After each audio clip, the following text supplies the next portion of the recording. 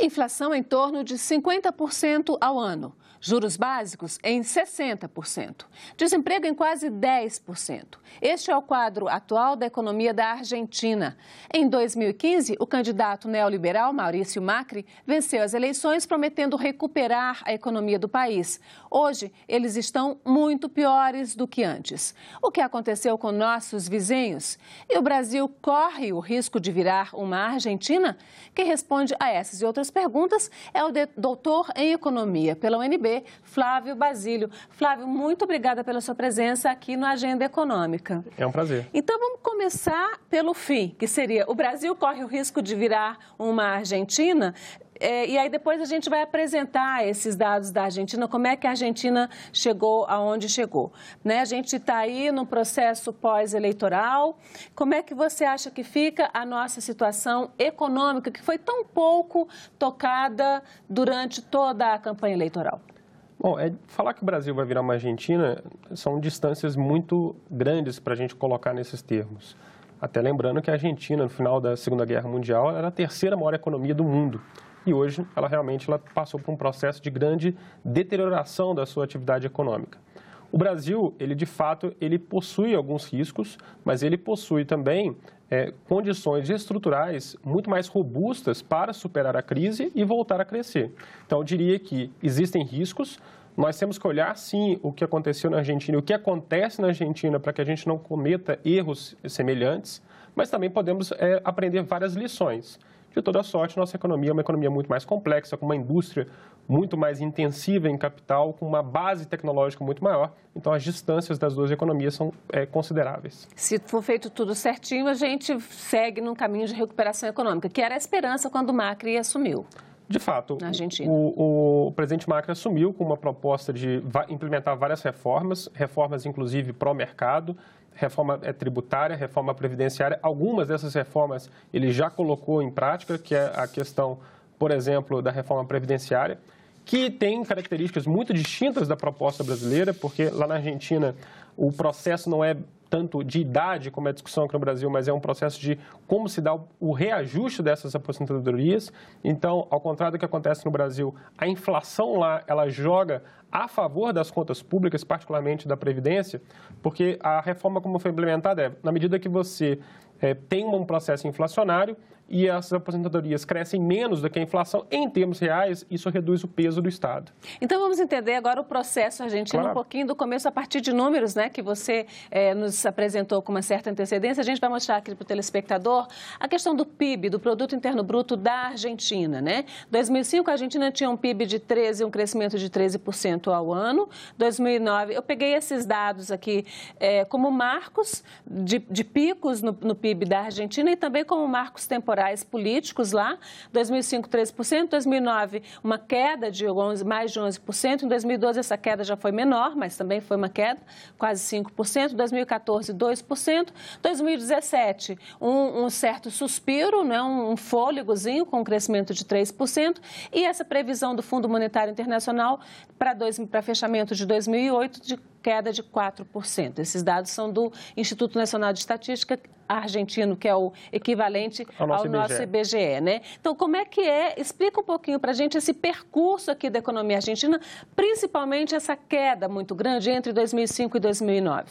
A Argentina, ela tem uma vulnerabilidade externa muito grande. Ao contrário do Brasil, que tem reservas internacionais e possui, do ponto de vista histórico, uma maior consistência na sua balança comercial, na Argentina eles têm um déficit crônico do balanço de pagamentos. Então, qualquer mexida, qualquer alteração no humor internacional ou no cenário internacional provoca reverberações muito importantes na Argentina. Então, por exemplo, olhando 2009 com aquela queda lá muito forte, o que é aquilo? É a crise de 2008. São 24 pontos de queda, né, aqui. Exatamente. O que é isso? Foi quando o Lula falou que era uma marolinha, lá na época, quando o Obama assumiu, já naquela transição da crise americana, a Argentina sofreu muito mais do que o Brasil. Então, da mesma forma, quando a gente pega no início de 2000, quando a crise das dot-com, da Nasdaq, por exemplo, a Argentina também passou por um grande processo de deterioração da sua atividade econômica. Então, toda vez que tem alguma mudança no cenário internacional, a reverberação na Argentina é extremamente intensa. No Brasil, o efeito já não é tão forte, justamente porque o cenário internacional e como se dá as transações correntes, ou seja, como se dá a interação do país com as suas vendas e compras, seja de bens e serviços, mas também de ativos, ela é muito diferente. No Brasil, nós temos uma reservas cambiais maiores e uma capacidade de exportação maior, é isso? Muito maior. A Argentina ela sofre com um crônico déficit do balanço de pagamentos. O que é isso? Ela importa mais bens e serviços do que ela exporta. Então, com isso, para fechar esse balanço de pagamentos, ou seja, no fundo, é a conta em relação ao comércio internacional e também ao fluxo internacional de capitais, ela sempre precisa de dólares para fechar o seu balanço de pagamentos. Ao contrário do Brasil, como o Brasil ele exporta muito mais do que importa, ele acumula reservas. Então, a vulnerabilidade ou a suscetibilidade que a Argentina tem em relação a choques internacionais é muito distinta da economia brasileira. Agora, a Argentina, apesar de ser muito menor do que o Brasil, é o nosso terceiro maior parceiro comercial, né? Perdendo para a China, que hoje ocupa a primeira posição, e Estados Unidos a segunda posição. A diferença de tamanho da China para Estados Unidos, da Argentina para Estados Unidos e China é imensa e, no entanto, ela é o nosso terceiro parceiro. É isso aí? É por essa necessidade de importação tão grande deles? Sem dúvida, eles têm uma necessidade de importação muito grande e os dois países sofrem de problemas de competitividade. Então, grande parte do comércio brasileiro que vai para a Argentina, inclusive, é de produtos industriais. Isso coloca uma série de dinâmicas distintas. Quando a gente fala com a China, a gente tem uma pauta muito intensiva em commodity. Nos Estados Unidos ela é um pouco mais diversificada, mas também tem uma intensividade muito grande em commodities. Com a Argentina é muito forte na parte industrial. E aí tem uma discussão toda em relação ao Mercosul. Agora, como a Argentina compra muito do Brasil, a gente não corre o risco de essa crise lá atingir muito as nossas exportações e dar uma balançada aí? Não, sem dúvida. Quando a Argentina sofre na sua atividade econômica, nós também somos afetados, e afetados particularmente na área da indústria. Porque o agronegócio não é afetado pela desaceleração da Argentina, mas a área industrial, ela é. Por isso que é tão importante que tanto o Brasil quanto a Argentina modernizem as suas relações tributárias e implementem reformas para quê? Para que esses produtos que os países produzem, particularmente da pauta industrial, possa ganhar competitividade, que é o problema tanto lá quanto aqui. Qual o papel do Mercosul nessa dinamização aí? O Mercosul não está funcionando como deveria? Nós temos aqui no Brasil duas correntes importantes e que são, de uma certa forma, com posições distintas. Uma corrente ela vai dizer que o Mercosul é importante justamente por causa dessa questão das exportações de produtos industriais para a Argentina. E uma outra visão coloca que o Mercosul ele atrasou a capacidade dos países em fazer novos acordos comerciais e em buscar novos mercados. Eu tendo a achar mais que o maior problema do Mercosul é, de fato, não ter feito voltar os seus esforços para o crescimento do comércio internacional. O comércio internacional cresceu muito nos últimos anos, foram várias as novas parcerias feitas por vários países e o Brasil ele perdeu, junto com a Argentina, essa onda muito positiva do comércio internacional e não se modernizou, fechou a sua economia, particularmente na parte industrial, com subsídios ou fechando, colocando medidas protecionistas inadequadas e isso acabou atrasando essa inserção do Brasil e da Argentina no comércio internacional. Então, eu acho que esse é um problema a ser enfrentado e nós precisamos adotar medidas robustas para mexer na competitividade e nesses preços relativos para aumentar a capacidade de exportação e de inserção das duas economias. Voltando um pouco nessa questão da Argentina, a gente vê essa crise hoje, mas se a gente olhar a retrospectiva da Argentina da década de 1980 para cá, foram 3 décadas de crise praticamente permanente, né? De 89 a 99 com o governo Menem, Carlos Menem, teve um pequeno respiro de um crescimento econômico, depois crise, depois veio o Fernando de la Rúa, que pegou o país bem no caos e prometeu consertar a economia, também não consertou, entregou em crise o Kirchner, e a Nestor e a Cristina, e agora o Macri, né? Eles não tiveram um respiro nesse período de crise. Como é que você entende essa questão? Porque a crise argentina ela é mais ou menos o mesmo roteiro. Nós temos, e talvez a intensidade ela mude de acordo com as políticas que se adotam internamente em relação a consumo e crédito. Mas o principal problema da Argentina é o déficit crônico do balanço de pagamentos e essa ampla dolarização da economia. Então, qualquer coisa que acontece no mercado internacional, o efeito na Argentina ele é muito mais explosivo, ele tem uma capacidade de reverberação muito maior. Então, o grande problema da Argentina é essa suscetibilidade que ela possui em relação ao mercado internacional. E, basicamente, ela tem ainda dois outros mecanismos que são muito importantes serem analisados. Primeiro, ao contrário do Brasil, grande parte da poupança do argentino é feita em dólar. Então, quando você tem um problema de desvalorização cambial para fazer frente àquele déficit de balanço de pagamentos, ela tem um efeito de distributivo, que uma parte da população que tem poupança fica mais rico, e também isso repercute na inflação. E a inflação, como nós sabemos, também afeta os mais pobres. Então, esse é um problema de crise que gera dentro da Argentina e com perda de capacidade de consumo de algumas... A gente teve, em um determinado momento, um processo de dolarização também na economia brasileira. Mas isso foi solucionado lá na criação do real. Mas nem de longe. De fato, na década de 80, a gente tinha algumas transações no Brasil sendo referenciadas por dólar. Basicamente, a gente falava compras de imóveis, algumas compras, talvez, de veículos tinham um referencial em dólar. Mas o Brasil nunca teve uma economia dolarizada. Você não pode, no Brasil nunca pôde, você ir na padaria e comprar pão com dólar. Na Argentina isso é possível. Então é uma economia muito mais dolarizada e isso tira graus de liberdade, primeiro, do Banco Central em fazer uma política monetária mais ativa e cria um outro canal de repercussão, que era aquele que a gente estava discutindo agora há pouco, que é o canal da inflação, do consumo e o efeito distributivo de riqueza a partir dessa dolarização. Pegando esse dado de inflação, a gente tem esses dados de 2017 e a previsão para 2018. Essa é uma previsão, mas na verdade existem outras previsões que a inflação vai chegar a 50% e a 60%. Né? Essa é a previsão do órgão de estatística oficial da Argentina. Né? É uma inflação de 24%, 31%, que seja 40%, ou 50% ou 60%, como algumas outras instituições dão, é altíssima e a inflação sempre atinge mais diretamente os mais pobres, né? E grande parte desse repique inflacionário, e a gente vai observar que a inflação esse mês na Argentina, ela oscilou em torno de 6,5%, a gente está falando a inflação mensurada agora em outubro, 6,5%. Qual que é o problema disso? Porque no início do ano a gente tinha o peso, a referência peso-dólar em torno de 17, 18 pesos por dólar. Agora a gente está falando já em 36. Então a gente está falando aí, basicamente, dobrou o referencial da taxa de câmbio. E como a economia é dolarizada, isso repercute na inflação. Então, uma parte desse processo inflacionário da Argentina não é só decorrente do desarranjo das contas públicas, como nós vamos ver, mas principalmente dessa repercussão que o dólar gera sobre os níveis de preço. Quando você fala no déficit crônico da balança de pagamentos, isso aqui é comércio, né? Comércio, o que o país compra e o que o país vende.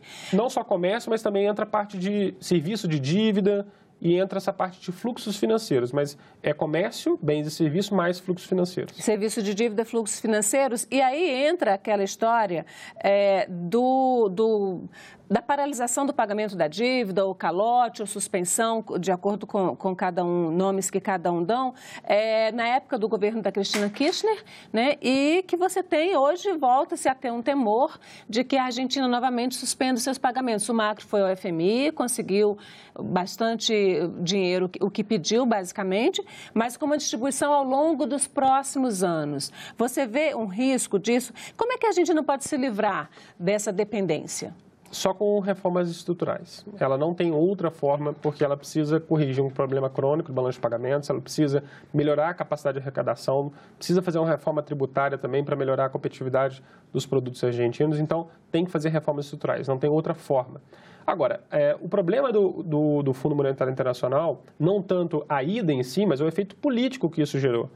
Porque em 2001, a Argentina também passou por um processo muito semelhante, um processo que foi muito traumático, porque a atividade econômica recuou fortemente, e isso gera um problema crônico lá na Argentina, porque os argentinos têm muito medo e não interpretam de forma muito positiva a saída ao Fundo Monetário. Então, se de um lado ela gera um benefício, que é dar a condição do país transitar por essas águas revoltas e fazer os seus pagamentos e não entrar em novo calote, por outro, gerou uma perda de popularidade muito grande do presidente e, com isso, reduz também a capacidade dele implementar novas reformas. Essa ida ao FMI, vamos falar um pouquinho sobre isso, porque não é só a Argentina, alguns países da Europa chegaram também tiveram que fazer acordos, e acordos que são sempre muito severos e que repercutem muito fundamentalmente na população, principalmente na mais pobre, né, que implica corte de gasto de investimentos públicos, que implica arroxo salarial e o que bate na população mais pobre.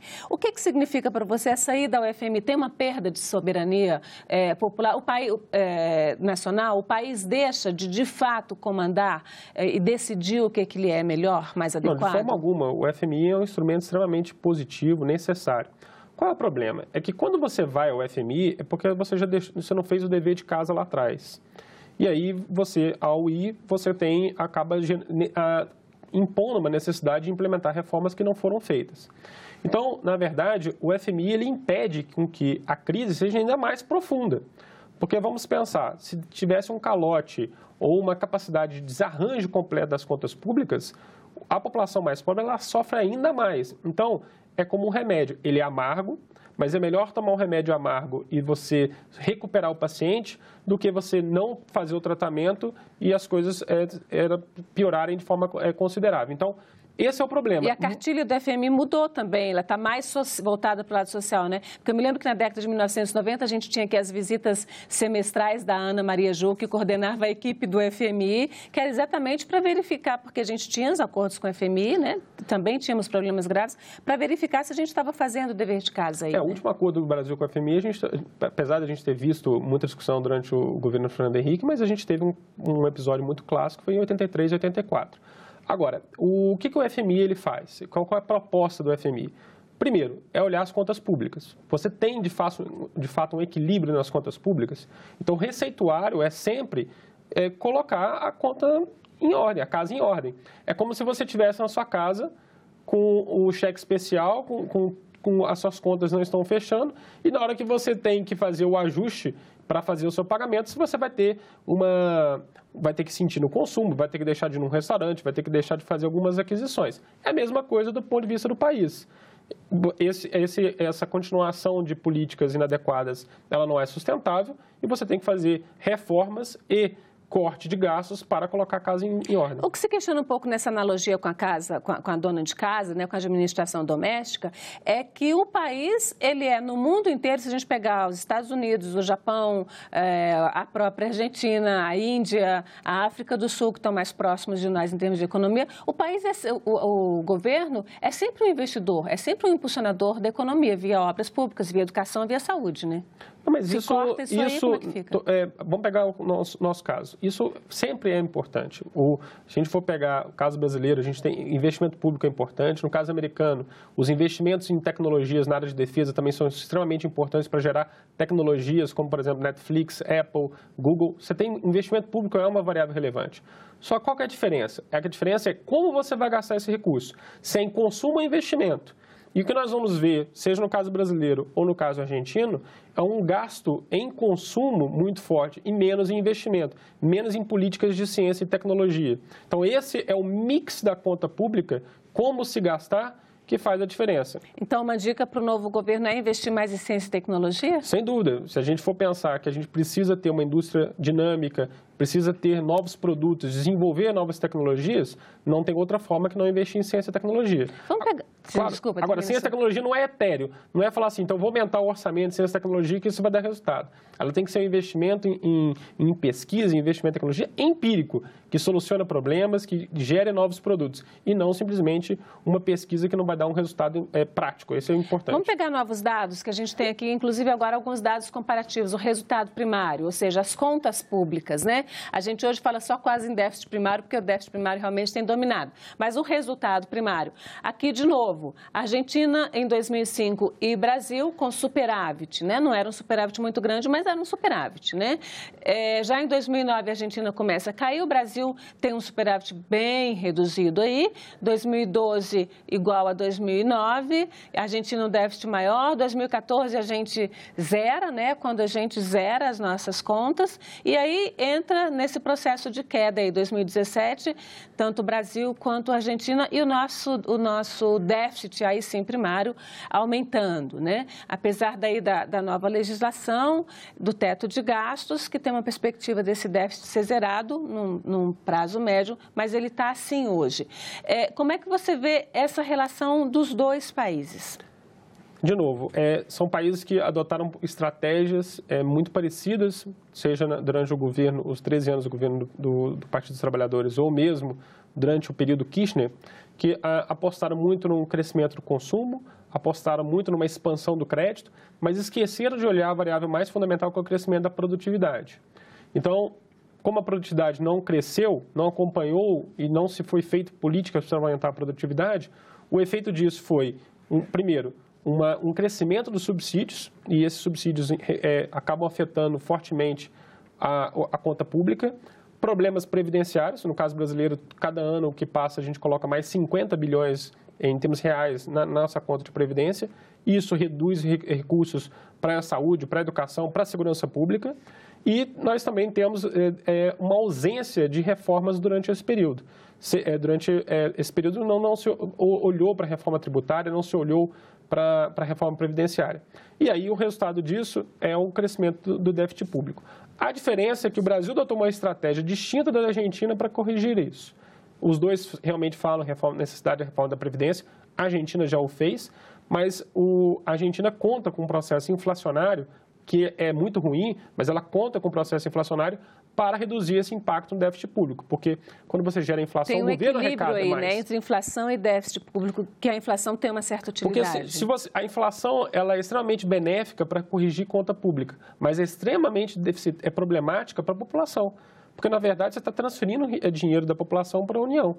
Porque na medida que você gera inflação, a capacidade de arrecadação aumenta. E por isso que é importante, quando a gente fala em desarranjo das contas públicas, muito se fala assim, se não conseguir ajustar as contas públicas, o resultado é sempre inflação. Então, por isso que é importante olhar a conta pública, e os dois países passaram por processos muito semelhantes em relação a esse desarranjo, mas agora com estratégias um pouco distintas em relação à sua correção. Você vê essa diferença de 2017 para a perspectiva, para a previsão de 2018 da Argentina, você vê um processo de recuperação aí? Não. Provavelmente a Argentina terá uma melhoria dos seus indicadores fiscais por duas razões. Uma é o próprio processo inflacionário. Você gera um imposto inflacionário que melhora as contas públicas. Isso não é bom para a população, mas é bom para a conta pública. E, por outro lado, a Argentina também fez uma reforma previdenciária que reduz um pouco o peso dessa conta para o seu déficit público. E o Brasil, então, precisa urgentemente começar já a próxima agenda no próximo governo, com a prioridade número 1 é fazer a reforma da Previdência.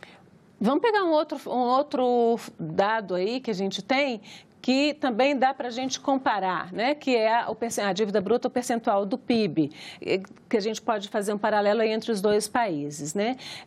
A gente teve aí nos dois países um processo de queda, né, do percentual da dívida bruta, da relação dívida bruta-PIB, atingiu a maior queda aqui em 2012, né, quando a dívida bruta foi o menor percentual do PIB no caso da Argentina, né, e no nosso caso também. E agora voltou a subir. Como é que você analisa esse gráfico? Quer dizer, está subindo, ok, mas o que é que isso pode representar aí nesse processo de crise econômica dos dois países?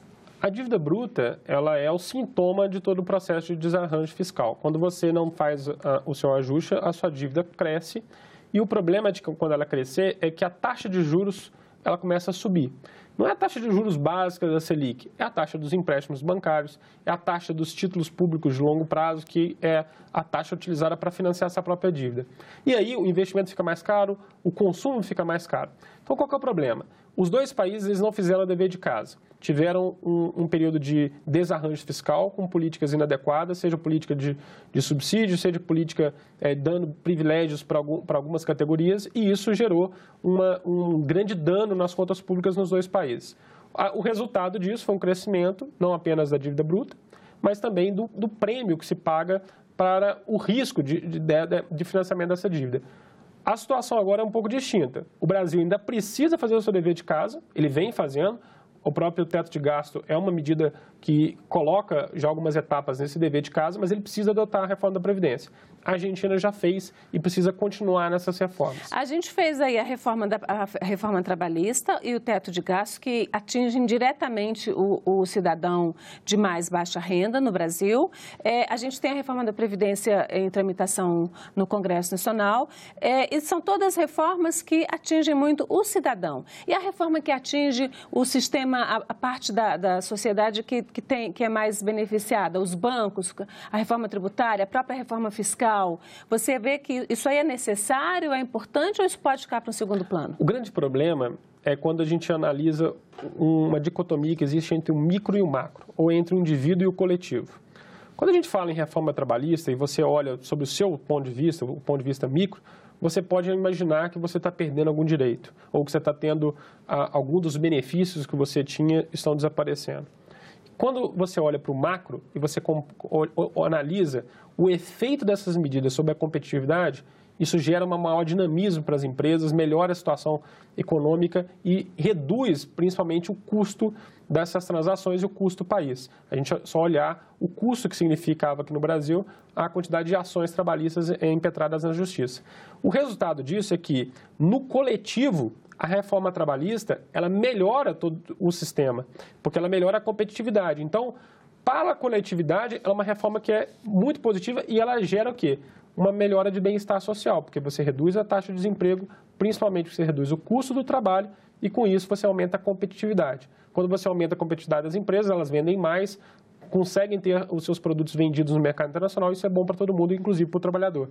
O problema é que, às vezes, você acha que para o micro é ruim e esquece de olhar o macro. E ali que está o grande ganho que a gente tem. Reforma fiscal, para a gente terminar, e reforma tributária?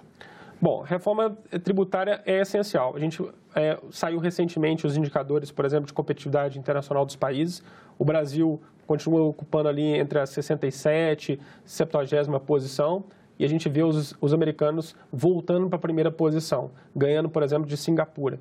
Então, o que a gente precisa fazer? A gente precisa, de fato, facilitar essas relações tributárias, a gente precisa simplificar o processo.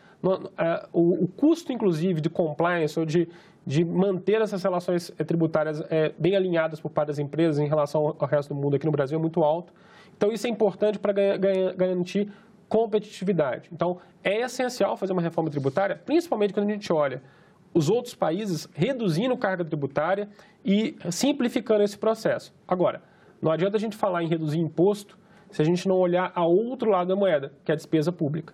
Você tem que ter um equilíbrio entre essas duas coisas, porque reduzir imposto e aumentar a despesa pública, que é saúde, educação, segurança, previdência, essa conta não fecha. Então, para você fazer uma reforma tributária que aumente a competitividade das empresas, você tem que reduzir o custo desse Estado. E o principal custo que o Estado tem hoje é previdenciário. Flávio, muito obrigada pela sua presença aqui no Agenda Econômica. Vamos esperar que a gente realmente consiga uma saída aí melhor do que a Argentina, né? Se Deus quiser.